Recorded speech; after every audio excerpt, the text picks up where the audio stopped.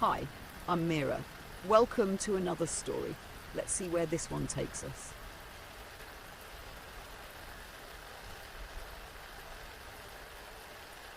The bounty hunter moved silently through the abandoned factory, their boots sinking into the cracked concrete floor.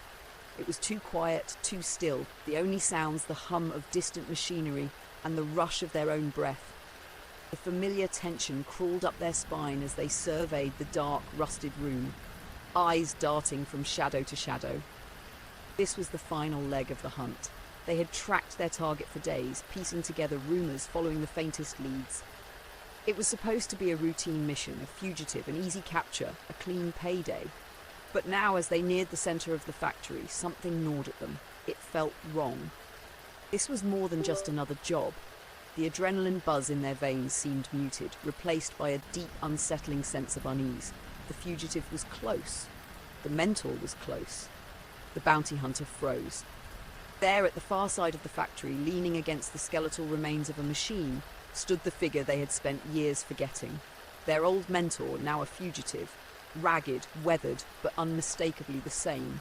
The man they had once looked up to as a father. The man who had taught them everything about survival, about living in a world that didn't care for mercy.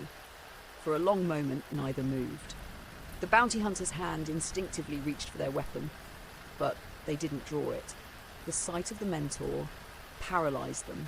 This wasn't just a fugitive. This was him, the one who had shaped their entire worldview, the one who had abandoned everything they had been taught. "I knew you'd come," the mentor said, his voice like gravel, worn but steady. He didn't seem surprised. In fact, his tone was almost affectionate, as though this was an inevitability neither of them could avoid. The bounty hunter's pulse quickened, their mouth dry. "You're a traitor," they hissed, their voice thick with anger.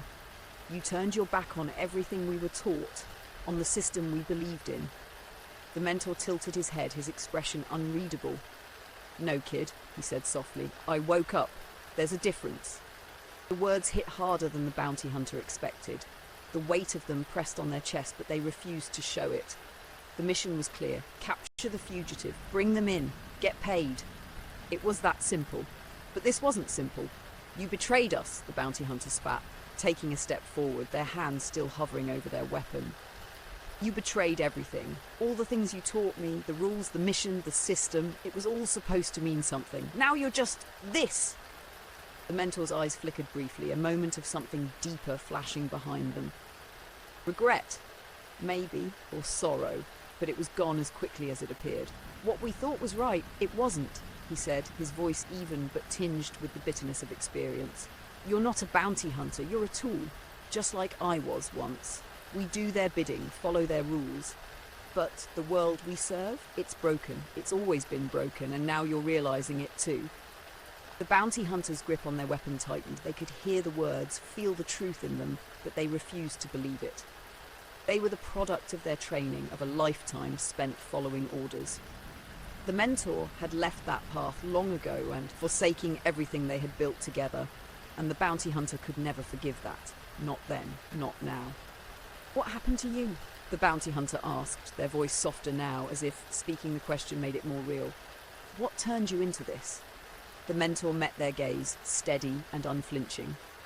"I saw it for what it was," he said simply. "The lies, the betrayals, the people we hurt. You can't keep doing it and pretending it's just business. You'll break eventually, or worse, you'll stop feeling it." The bounty hunter stared at him, feeling the weight of those words settle deep within them. They had once thought that the mission was all that mattered, that the rules of the system were absolute. But in this quiet, abandoned factory, facing the person who had once been their family, they could feel something inside them unravelling.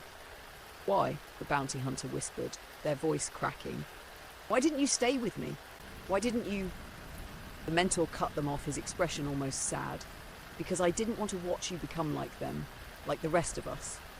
The bounty hunter stood frozen, torn between duty and truth, between loyalty and betrayal. The world around them seemed to pulse with an eerie stillness as the decision weighed heavily on their shoulders. They had the weapon. They had the mandate. But the mission suddenly felt hollow. The silence stretched on, thick with unspoken words. The bounty hunter's eyes dropped to the ground, their thoughts racing.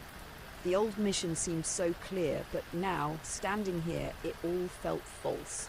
They had been living a lie, running a race with no end. "I can't bring you in," the bounty hunter finally said, the words heavy but true. "But I can't go back either." The mentor's face softened, relief flickering in his eyes. "You'll find your way. I know you will."